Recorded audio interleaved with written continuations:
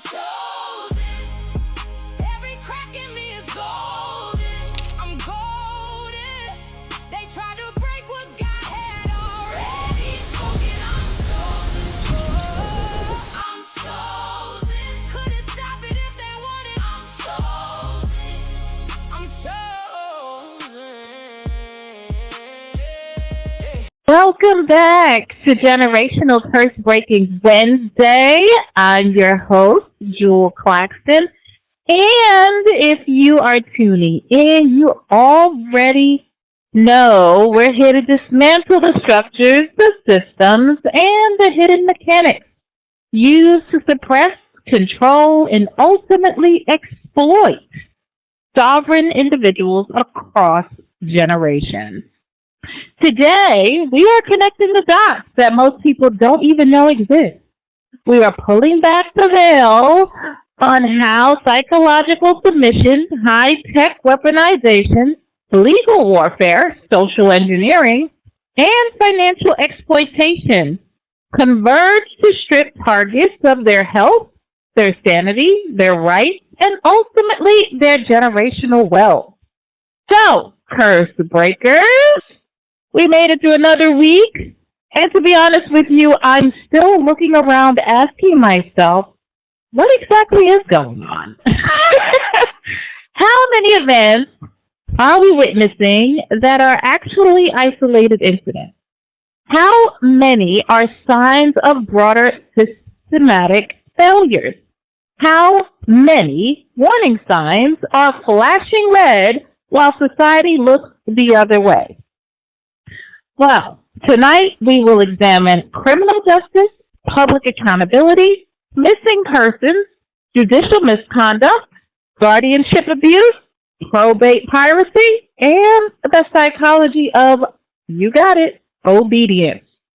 So, grab your notebook, put on your investigator hats, and let's get to work.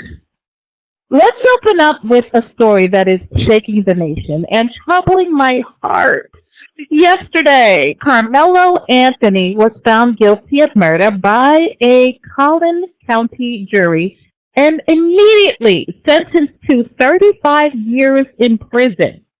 The trial concluded in McKinney, Texas. Juries deliberated for less than 3 hours before rejecting his self-defense claim. For those unfamiliar with the case, Karmelo Anthony is 19 years old, I believe, and was convicted in the fatal stabbing of a 17-year-old Austin Metcalf.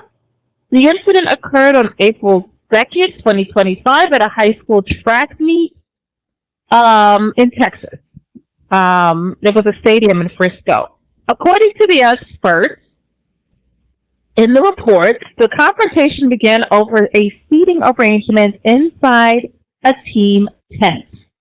The dispute escalated. Witnesses stated Metcalf ordered Anthony to leave. A physical altercation followed. Anthony then pulled a knife from his bag and stabbed Metcalf once in the chest. The wound pierced his heart. The prosecution described the attack as unjustified and argued, you don't get to meet a shove with a stab. The defense argued Anthony acted during a split second of fear and chaos and believed he was defending himself. The jury ultimately sentenced him to 35 years in prison. Now, let's talk. Let's fact check the public conversation surrounding this case. Starting with point 1. Anthony was reportedly bullied and provoked. Many people therefore questioned whether the label of premeditation accurately reflects the circumstances. This is why anti-bullying campaigns became necessary, guys. Bullying has consequences. Unchecked aggression produces unpredictable outcomes.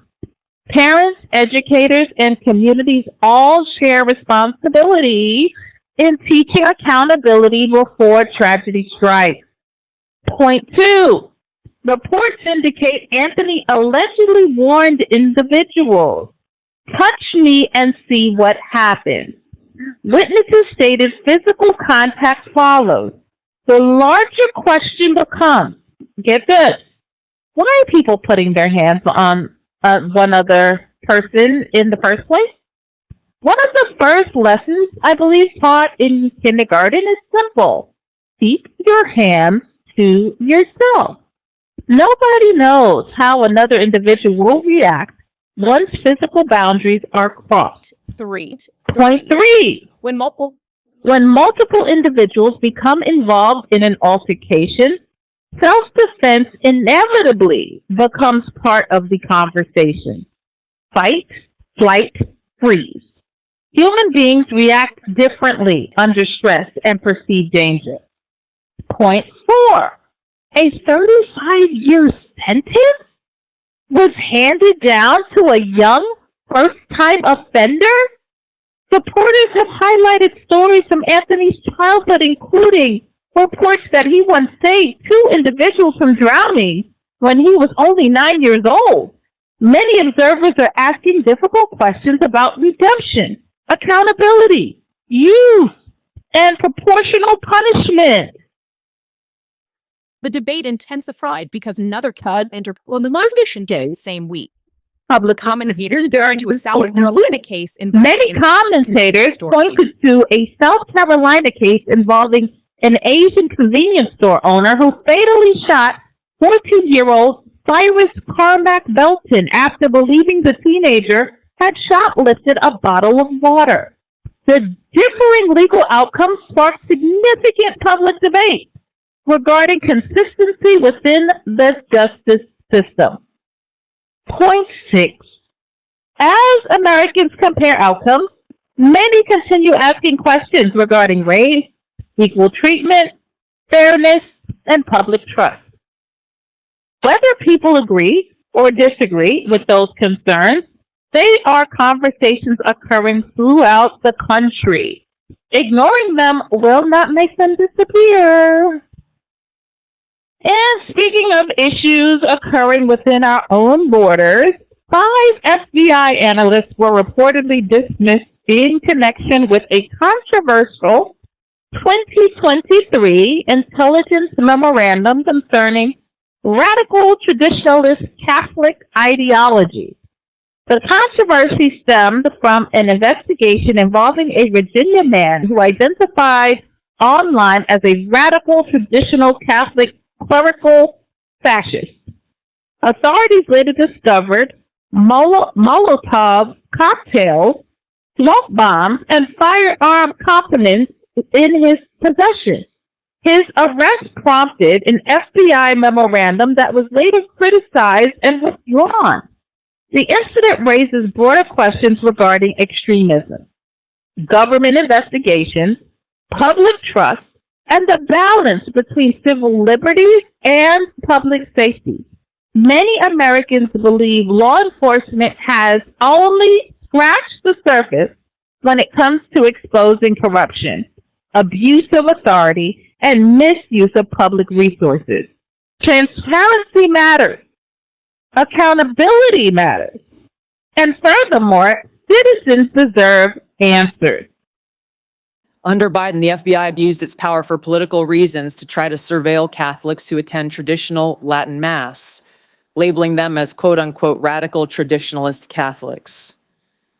Personally, just 24 hours after I criticized Kamala Harris and her nomination, I was placed on a secret domestic terror watch list called Quiet Skies. Sadly, there are more examples. The bottom line is this must end. Now, the Department of Justice recently issued an opinion regarding EEOC disparate impact guidelines.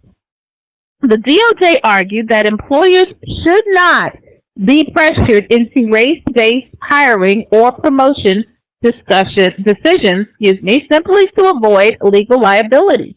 The opinion further stated businesses may utilize standardized aptitude tests and criminal background checks without automatically facing discrimination claims, solely because outcomes differ among demographic groups. Regardless of political viewpoints, this represents a significant policy shift that could influence employment practices nationwide. Guys, let's keep an eye on that. And then we have missing students and grieving families. Some stories stop us in our tracks. This week provided several. 20-year-old Auburn University engineering student James Weston Higginbotham was found deceased somewhere near Japan after a week-long search. He had traveled with family members to celebrate his younger brother's graduation. At some point, he separated from the group to explore independently. His phone went dark, location tracking stopped. Days later, he was found deceased. Our hearts go out to his family. No parent should endure that uncertainty. No sibling should experience that pain. And then there is the heartbreaking case of the 14-year-old DeVoris Carter III. The student disappeared during a school trip in Wildwood, New Jersey. Reports indicate he entered the ocean and encountered dangerous conditions. Despite extensive search efforts involving helicopters, drones, rescue crews, and the Coast Guard, he was not immediately located. Family members have since raised concerns regarding supervision during the trip. Our prayers remain with everyone affected, guys. I want to talk about something that has been affecting a few TIs in particular, and it has to do with sleep and healthy aging, and sleep deprivation. Let's briefly discuss something many people overlook, and that's sleep. Research continues showing that both insufficient and excessive sleep may accelerate biological aging. Guys, experts generally suggest that between 6.5 and 8 hours appears optimal for long-term health. We want to remind you guys to do whatever you can to protect your sleep. I know a lot of you TIs out there have raised concerns about energy weapon attacks and noise campaigns affecting your sleep. We want you to protect your mind, protect your body the best you can with EMF wear. Because without rest, everything just becomes harder. Okay, so prioritize that, guys. And that brings us to judicial accountability. Federal Judge Eleanor Ross is facing scrutiny following allegations involving misconduct and accusations of misleading investigators.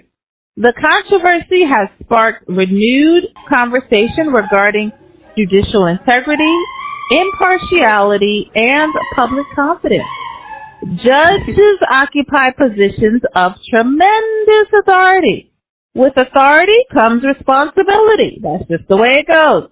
The public must have confidence that those interpreting the law are themselves operating within the law. Okay?